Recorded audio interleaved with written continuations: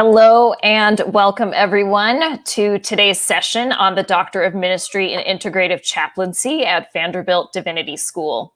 My name is Laura Mariko Cheifetz. My pronouns are she, her, and hers, and I'm the Assistant Dean of Admissions, Vocation, and Stewardship at VDS. Our panel format is the following. I will introduce our panelists and ask them to share a little bit about themselves. They will respond to a series of questions that we have prepared, both from your registration and from some commonly asked questions that we get here at VDS. Please feel free to use the chat function in YouTube Live to share reactions or ask questions of the panelists. My colleague, Angela Dillon, who is the admissions counselor and an MDiv graduate of VDS, will be the chat moderator. Before we welcome our panelists, I would like to begin with a land acknowledgement. The Office of AVS joins the Vanderbilt student government in collectively acknowledging that Vanderbilt University occupies the ancestral hunting and traditional lands of the Cherokee, Shawnee, Choctaw, Chickasaw, and Creek peoples. Today, these people have nation boundaries in Oklahoma, North Carolina, and Mississippi, after the Indian Removal Act of 1830 led to the forced removal of Southern tribes to the west of the Mississippi River. In particular, Vanderbilt University resides on land ceded in the Treaty of Hopewell. We recognize and support the Indigenous individuals and communities who live here now, and for those forcibly removed from their homelands. We also recognize the resistance, strength, and pride of other people of color whose ancestors worked, lived, and bled on this land without benefit or due compensation. We stand as accomplices alongside you in the fight for equity. I am delighted to welcome three special guests joining us today. The first is Dr. Bruce Morrill, who is the Edward A. Malloy Chair of Roman Catholic Studies, Professor of Theological Studies, and Director of the Doctor of Ministry program. The second is Dr. Phillis Sheppard, E. Rhodes and Leona B. Carpenter Associate Professor of Religion, Psychology, and Culture, and Chaplain JD Luckesen, who is an active duty chaplain for the U.S. Navy, currently serving as command chaplain for the U.S. Marine Corps Recruits and Marines in San Diego, and a current DMin student. So thank you everyone for joining me and welcome. Our first question is, please tell us briefly a little bit about you, your current work and ministry, and your role in the DMin program. And I am wondering, JD, if you'd be willing to lead us off. Yeah. So I am currently assigned to a recruit training battalion at Marine Corps Recruit Depot, San Diego. And I started the Doctorate of Ministry last June? I can't remember. Everything blurs together. September. This last September. Yeah. Everything kind of blurs together. But I'm very much enjoying it. My current ministry, we get about somewhere between 350 to 500 new recruits every week. And then we graduate about the same number every week. And so I get to meet young men and women from all over the western part of the United States who get to be Marines and to be their chaplain. We have currently 10 or 11 different religious services on Sunday, and it's amazing to be part of this program and get to meet all the neat people from all over the United States. Thanks, JD. Next, Dr. Sheppard, wondering if you could bring yourself in. Sure. Thank you, Laura. Yes, I am, as already said, I'm on the faculty in the Religion, Psychology, and Culture area.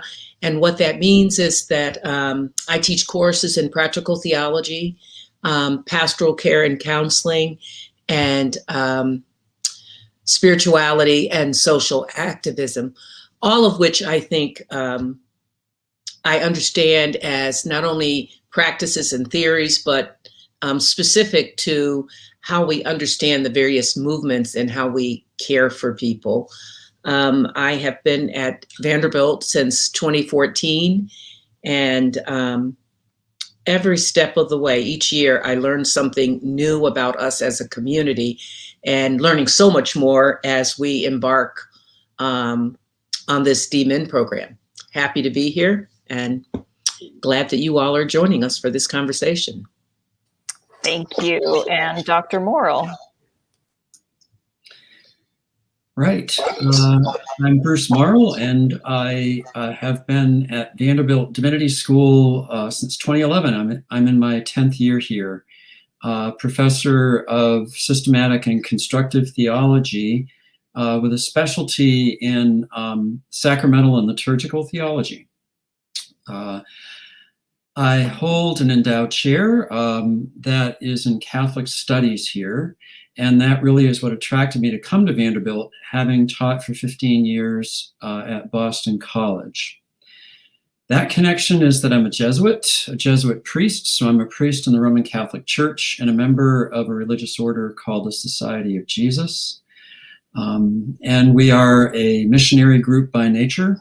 And my provincial missioned me here 10 years ago because there were no Jesuits in Tennessee. Plus, I was very excited to come to an ecumenical university theological faculty, very, very committed to ecumenism. And so it's been a good move for me and a good decade for me. I accepted the dean's charge to direct our new Doctor of Ministry program because I deeply believe in the kind of work that chaplains are doing, as well as so far the majority of our students being either in the Defense Department or Veterans Administration, though that's not exclusively the case. This is service to a lot of people that are in various ways poor or in need. And for me as a Jesuit, we have a fundamental commitment to reaching people at the margins. So I feel privileged to help all the students and faculty come along in this service, even if my service is indirect. Thank you. The next question is, what makes this DMin program unique? And I'm wondering who would like to go first. Dr. Sheppard, would you? Yes. I think there are several things that make it unique, and you'll hear more than what I have to say.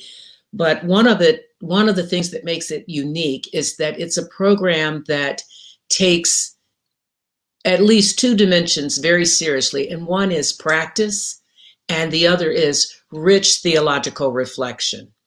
I think that's so important because it is very easy to be in a practice and to forget what it means to reflect theologically about not only what we're doing, but why we're doing and what it says about what we believe about the universe, what we believe about religion, what we believe about if we espouse the language of God, what does it mean about how God is moving in the world of chaplaincy.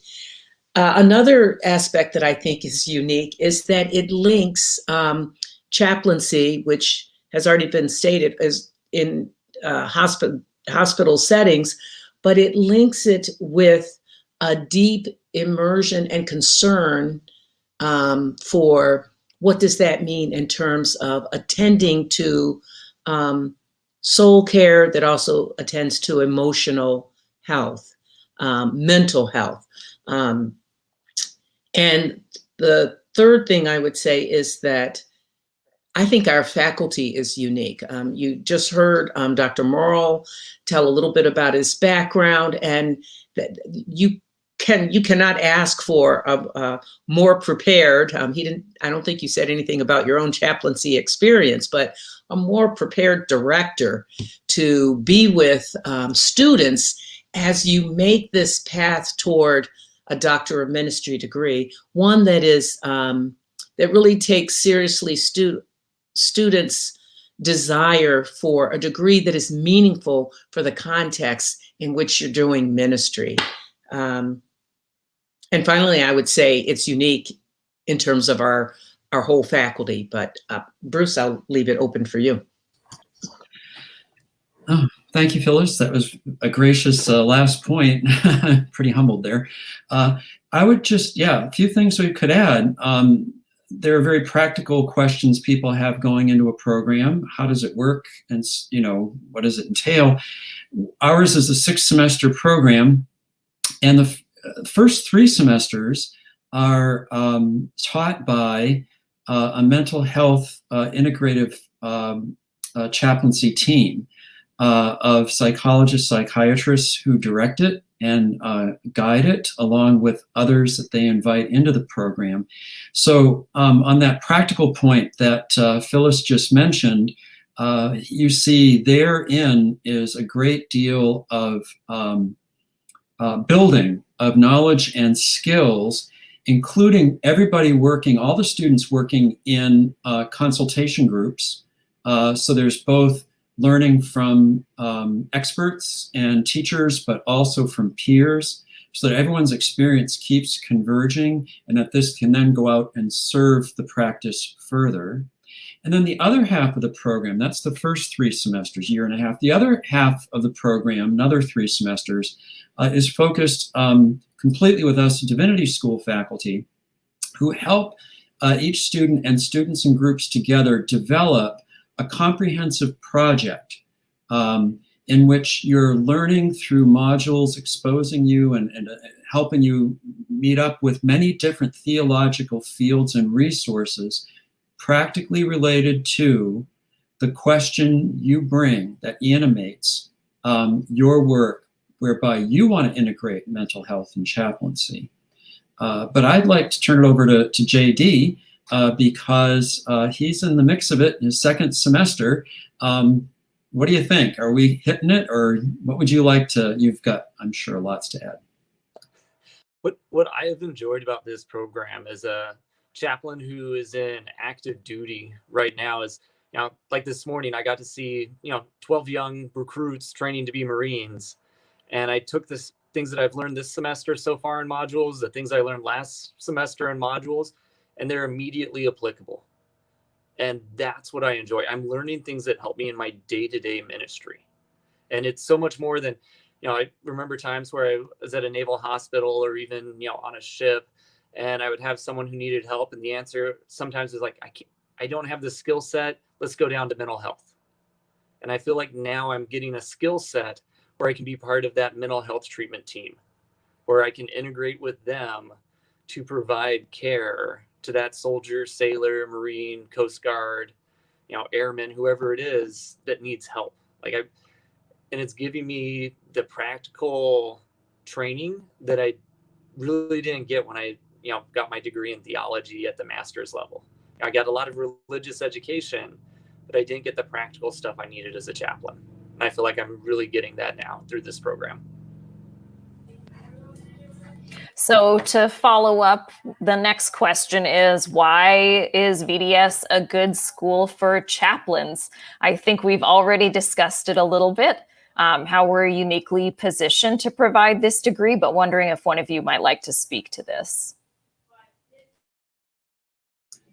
Well, I do think that sorry, Phyllis, I jumped the queue, or I guess it's not a queue. I do think one of the things that we can speak to more directly, and Phyllis may wish to as well, what makes us a good school for chaplains is that so many of our faculty are themselves engaged in pastoral ministry. Now, Phyllis herself and Yaakov Haman have degrees and are in the religion, psychology, and culture area. But if you take someone like myself, who have done my units of CPE in my formation, plus a 10-year Jesuit formation, plus many, many years experience working in parishes and mission situations. And I could start to give you many profiles of our colleagues who, for example, are accompanying specifically our Wesleyan tradition or Methodist students, our Presbyterian students. I could start to give you the list, and all of them are actually ordained ministers in those churches. Likewise, with the resources of our religious studies department and others around Vanderbilt, including law school, et cetera, a fascinating panoply of people, are professors who bring knowledge from direct experience in other religious traditions. So in our very globalized and multi-ethnic, racial, religious world, we are likewise able to provide that.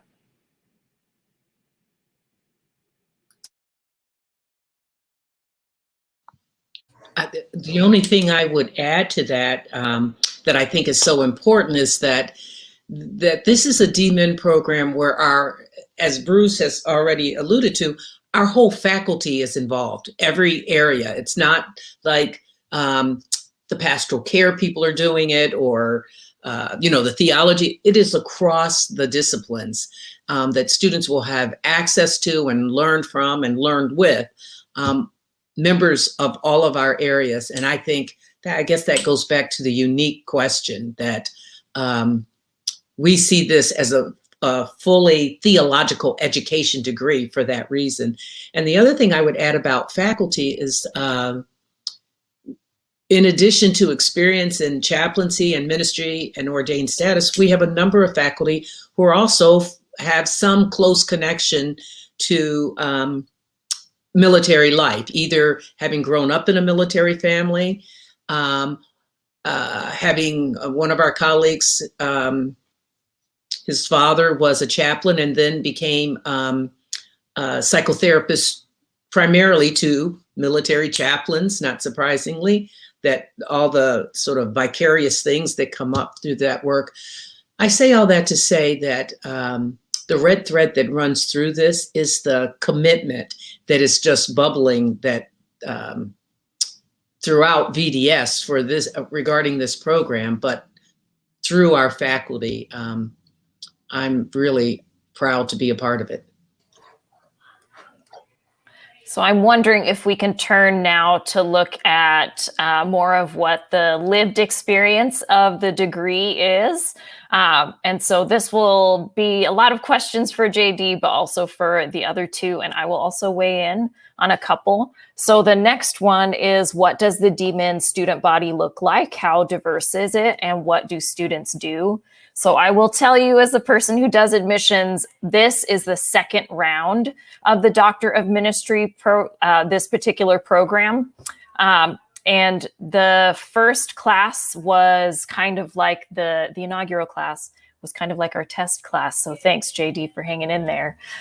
It was only Department of Defense chaplains and VA chaplains. So that's what those folks have done. This is the first year that it will be opened up to chaplains in other areas, for example, medical field, not necessarily VA related.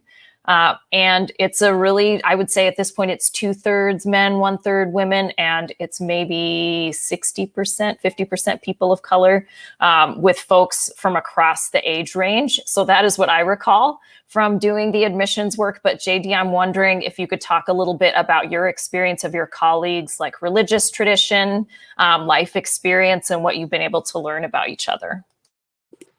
So religiously, I'm ordained by the Church of Jesus Christ of Latter-day Saints. And I'm the only member of my faith tradition in my cohort. And I love that, because one of the things I love about chaplaincy is I get to interact with people from other faiths.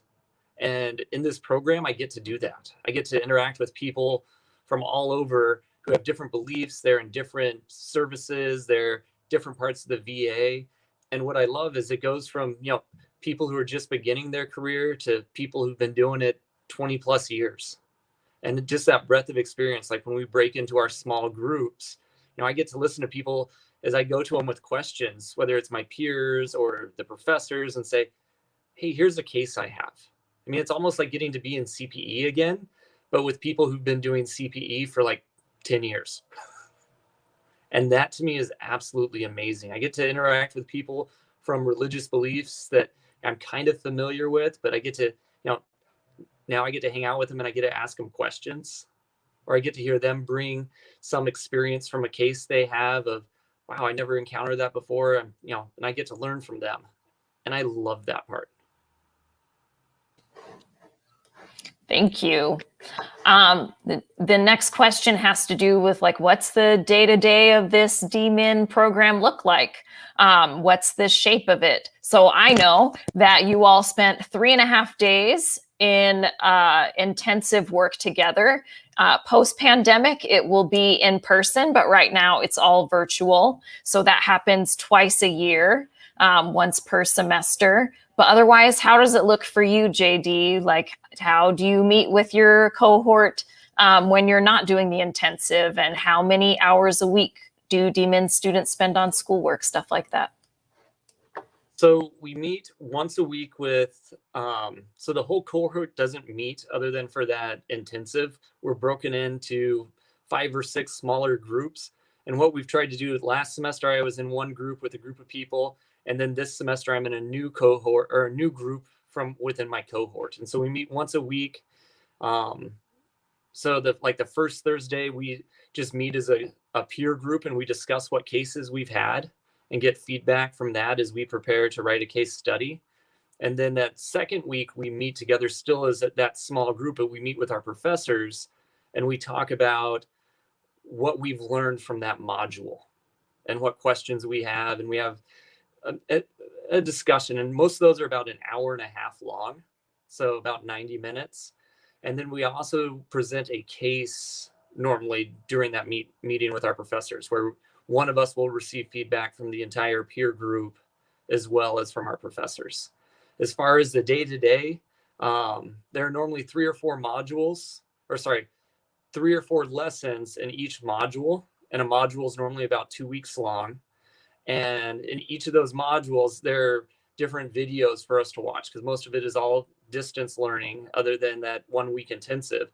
And so what I do is on my commute to work, which is anywhere from 30 to 45 minutes every day, I listen to one of the lectures just as I'm driving. So instead of listening to NPR or something like that, I listen to a lecture. And so that normally allows me during the work week to listen to all of the lectures about twice. And so then I feel like I get a pretty good understanding of what's going on because now I've heard it twice. And so that helps me work that way. As far as the reading assignments go, we normally have a few journal articles to read for each module. And then we have, a chapter in, 1 or 2 books that we'll read for that module. Like this week's module is on suicide prevention. Last week's module is on substance abuse. And so they have different parts of that we're going to read that detail what's kind of going on. What else? As far as assignments, like end of semester assignments, so far we've kind of had like an end of semester paper that we have to write that, isn't too bad from a student perspective. I can't remember if it was like 12 or 15 pages, but it wasn't too bad. Are there any other questions that I'm missing that anyone has? Just wondering if you could tell us how many hours you think you spend a week on it, as that's been a common question. Let's see. More or less. Yeah, I would say more or less I'm spending, if I didn't listen to the lectures twice, I would probably spend about 3.5 hours listening to the lectures, the recorded lectures we have. I probably spend 3 or 4 hours reading. And then I probably spend 4 to 5 hours writing. Great, thank you. I know that another question we have a tendency to get, and I'm wondering, Dr. Morrill, if you could weigh in on this. What is the final project for the DMin at Vanderbilt? Okay.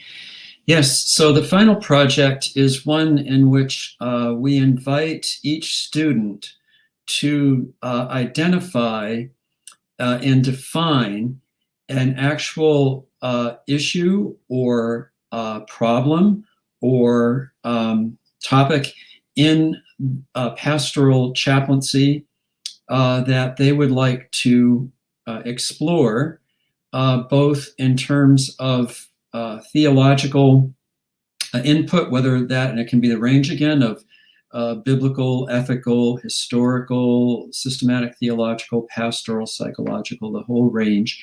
But the project is one in which we guide in groups, just as JD said in his current semesters, he works in small groups. Students will work in small groups, workshopping each other's project as they move it along. And so, for example, and JD just mentioned that a topic they happen to be in course right now, coursework with suicide, the module. Well, what if someone wanted to write a final project on the question of pastoral care in relation to presentations of suicidal tendencies, let's say? One would spend finally the paper would be 5 to 8 pages defining and explaining the problem, and then going on in some other major steps. Each step would be about 12 to 15 pages of analyzing the situation, which is going to include using perhaps some of the different social scientific knowledge that's come along in the first 3 semesters, lots of other input, and then beyond the analysis, constructing and integrating the theological with the observed to interpret the situation. And finally, the last step of the paper is to make proposals for how to work with and in this particular issue, question, problem as part of a larger work of chaplaincy. So there's really a forward thrust to it. We want the project to be one that will really strengthen the student as the student goes forward into their work or continues in their work. From the front end, we want it to be a project that, the language I always like to use, gives you a lot of fire in the belly. Because, you know, writing a project of this size is a daunting task. And at times, I can tell you as someone who's done a lot of writing over 30 years, it's always challenging. Every writing project. I'm kind of like, are you kidding me? I'm doing a book review and I've still stumped. What the heck? So the thing is, we need that kind of motivation, a deep, deep passion for the topic we pursue.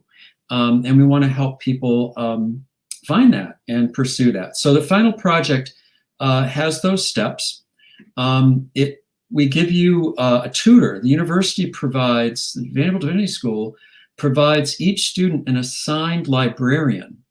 I use the word tutor, but assigned librarian who literally you're not bothering when you contact that person whenever and say, I'm working on this right now and I can't figure out how to work with the database. Can you help me find an article on X? So there's that kind of a resource. The modules that students do in the 4th and 5th semesters feed into the theological dimension of the project. So there are just lots of different components we've developed that help the student, as it were, build this thing. And when one gets to the last semester, the entire semester's work is completing the last segment of drafting and then refining, rewriting the whole thing, and defending it, etc. So we think we've paced it out in a way that can accommodate people who are working full-time even in their chaplaincies, but that will also help them integrate as they go along. And Bruce, Bruce, could you say something about the sort of collegial writing group, that you're part of a group that's writing and giving feedback? And I'm kind of answering my question, but do you want to say more about that process?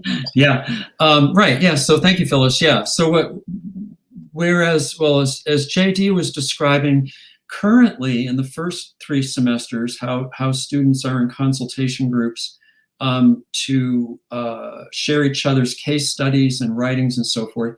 In working on the final project over the last 3 semesters, students will, for example, initially in semester 4, when they make this shift, brainstorm in their small groups, which meet 90 minutes once a week, and then shift to beginning to draft the definition of the issue, problem, challenge. So it's a workshopping kind of process such that every week different people will have signed up or committed to having available to their peers and to the professor working with that group, let's say another 5 pages of whichever stage of the project they're working on, with everyone giving their feedback.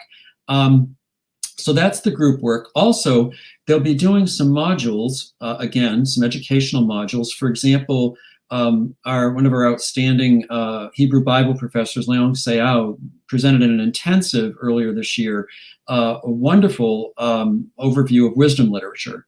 Well, let's say a student wants to go more into that, the book of Job, the Proverbs, etc. One can elect that module and do it on one's own time for 3 weeks. But one could bring to the consultation group a précis or a summary of how this is how I see this working into my project.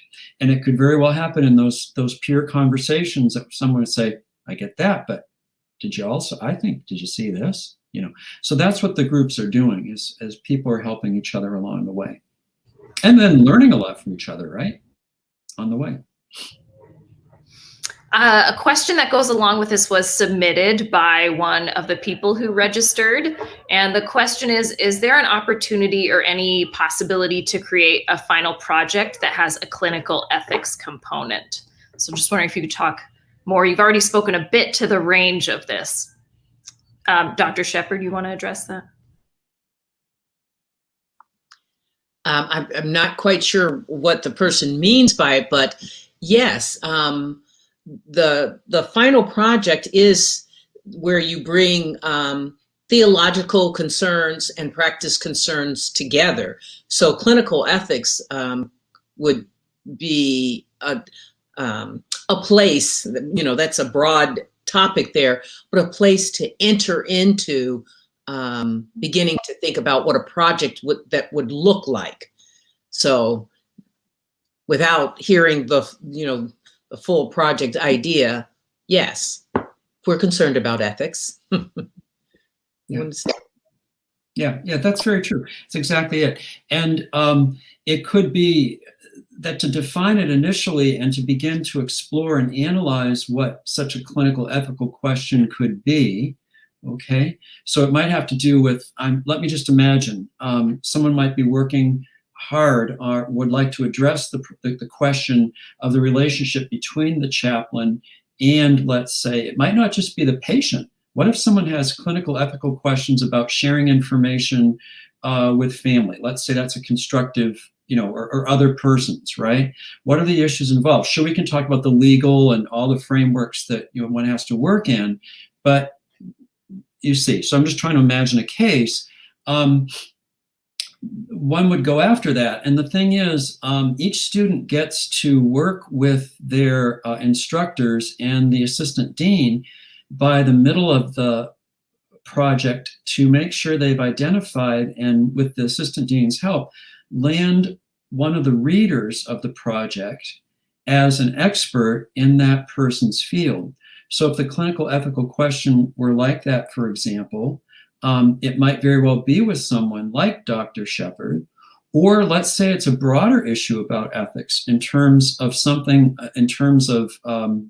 the relationship of chaplaincy work in the larger systems, let's say, of the hospital or the whichever system. It could be that one of our social ethicists, Professor Snar, I could just start to name some, would be able to work with that. So we're going to really help people target professors with expertise who can help, and clinical ethics would be a great fit. A question that has come up is how useful can this be for folks who are not in a hospital setting or not in a military setting? So for instance, a question that came in from the YouTube stream is, how would this fit for school chaplains working with an interreligious student body? Can I speak to that real quick? Yeah. So before I came on active duty in the Navy, I worked at a residential youth treatment center as a chaplain, where our average age of students was from 12 to 18 years old. And what I look at what I'm getting now, at least in the modules I've gotten so far, is I'm getting very practical skills, whether we're using acceptance commitment therapy or problem solving therapy or motivational interviewing, and I'm getting trained how to use that. And I think that would be very useful in a student body population, because it's as they work through whatever struggles they're dealing with, to give them a skill set and a framework to work through that. I think this program would be really useful. It's not just, hey, this is all, military specific. If I left the Navy today, it would work fine if I was going into a prison, or if I was going into, a school setting, or wherever I was going. The school or the resources and the knowledge isn't DoD or VA specific. I would call it chaplain or ministry specific. JD, I think you're also speaking to the fact that that in this program, we take your context where you're actually living out this ministry seriously. And so the question actually is this a DMIN program that understands that their institutional life beyond the hospital setting? And I think that's a wonderful question, and I love your answer. And I think in one of the modules you'll be hearing about, how do we navigate this work and think about it in terms of specific institutional life, because wherever we're in ministry, we're always either closely beside or a little bit further from the institutions which hold and walk with us in this ministry. And the only thing I'd add, wonderful answers, and the only thing I would add to, if I noted the question adequately, was a question of interreligious contexts. And I can tell you that so far we're developing modules with professors and who have been working either in the religion department or, in one case, the law school, a professor here at Vandy Law, who are working specifically from these interreligious perspectives. So some of the modules, the units of learning, which you as students get to select in semesters 4 and 5. In other words, looking at your own interests, there will be a library. We've already developed it we've got about 5 pieces that will be up to about 12. And if those sorts of questions are the ones that are more pertinent to your work, your vocation, your career, then you can opt for those. So it's something we have very much in mind, and it's very true to the mission of Vanderbilt Divinity School. One of the things that I've really liked about this program is the kind of the integration with mental health. That for me as a chaplain, both having worked as a hospital chaplain, a Navy chaplain, and a residential youth treatment center, there are times where I would be part of a treatment team or an interdisciplinary team or multidisciplinary team, and it's like, okay, what's my role here? What do I have to add? And that's one of the skill sets that I've been getting that's really useful.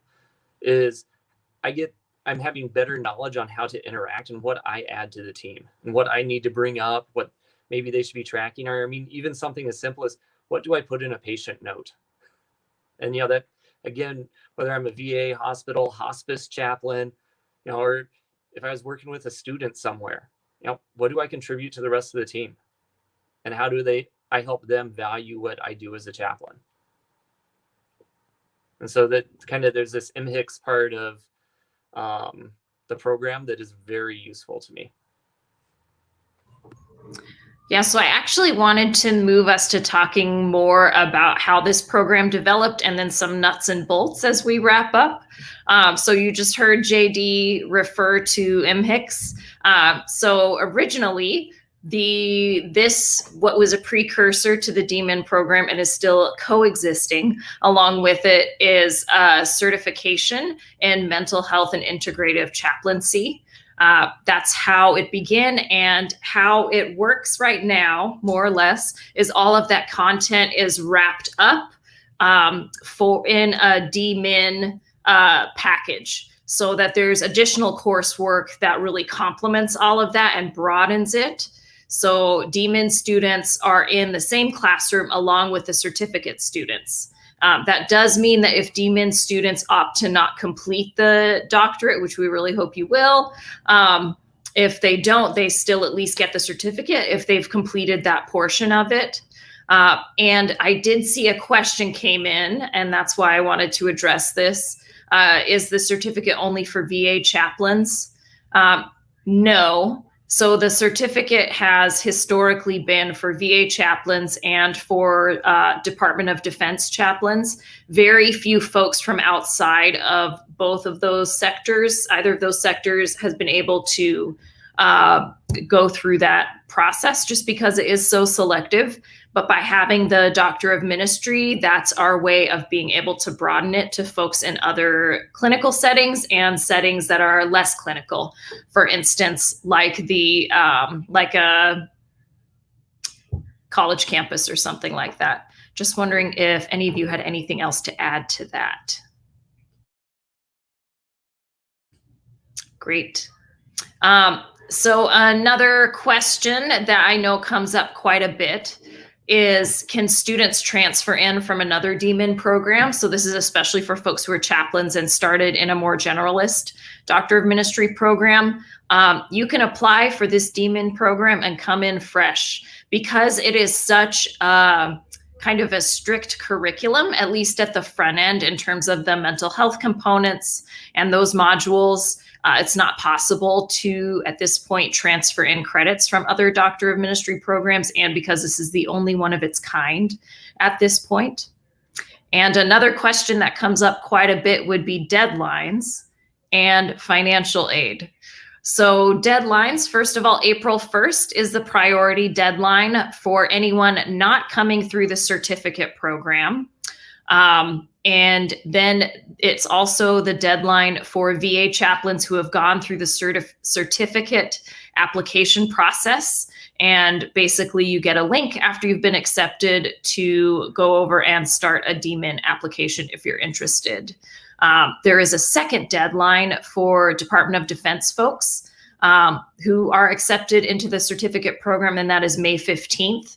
Any general applications coming in, we kind of do as a rolling basis. So you can still apply into May. As for financial aid, any person who is good enough to get accepted into the program automatically gets a 30% merit tuition award. And beyond that, we always encourage folks, if they are veterans, to take advantage of any GI Bill benefits that may be available. There is a whole office at Vanderbilt devoted to that. And to ask potentially judicatories, employers, churches, if they might be able to contribute to your education. So those are some of the questions that come up pretty regularly. And I'm actually wondering if we could close out today's session with any words of advice that the three of you might have for prospective students considering this degree. Would anyone like to go first? Sure, I'll take a first stab at it. Words of advice. Well, first of all, consider how it is, where you are at this stage in your own vocation and career. I think of those two terms as overlapping for us who are in ministry, and whether and how you bring your questions for expanding your knowledge and your practical abilities in the ways that JD has described at various moments during our time today. So you see what I'm saying? It's about, how does this fit? What am I asking for right now, right? What am I desiring here? What am I needing? What am I wanting? And how does this fit at this time with the program that we're presenting, offering to you? Secondly, I would say, don't be afraid. I've actually had people bring this up with me. Don't be daunted by any knowledge or awareness that Vanderbilt University is, a highly selective research university in the United States. We, of course, consider this one of our great strengths, but that we want you to understand that we work on admissions. That doesn't mean that we're exclusive or exclusionary in our divinity school or our DMin program. What we're looking for is people who bring the right fit, right? The background, the current work, the objectives that are going to meet what we have to offer. And finally, that we see here is a student or a potential student who is going to contribute, right? It's not just about a product that one is consuming. It's that one becomes part of a cohort, a group of students who will work together for 3 years. And a lot of learning will happen mutually. My last note then would be, that's why we can't accept any transfer credits. This is not about shuffling around commodities.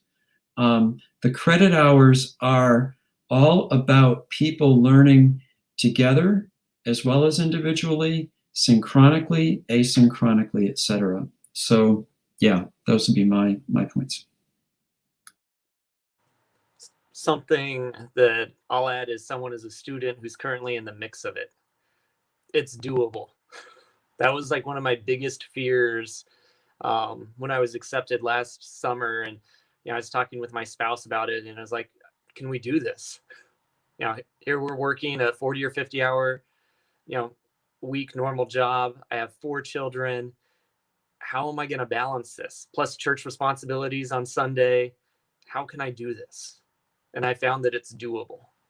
And that for me, that's the biggest thing I would pass on to you to leave is you can do it. You can do it while you're working. You can do it as a working professional, and you can get it done. The program has been structured such that, I can tell you someone who's doing it and someone who's, coming and putting in an 8 or 9 or 10 hour day every day, or not every day, but, probably 6 days a week, you can do it. So that's what I would leave you with. The one thing I would leave you with is to know that if you're accepted into the program, we, faculty, admissions, administration, we want you to have a robust and both spiritually and intellectually and practice. We want you to have an experience that not only teaches you, but has space to transform you for the work that you're called to do. So we are with you 100% as you pursue this degree. Thank you to our panelists for their words of wisdom. And thank you all for joining us on this live conversation about the Doctor of Ministry. We wish you all the best. And if you'd like more information, you can always go to divinity.vanderbilt.edu and join in on some of our events, because they're now all virtual. And so it's easy to come along for it. So thank you.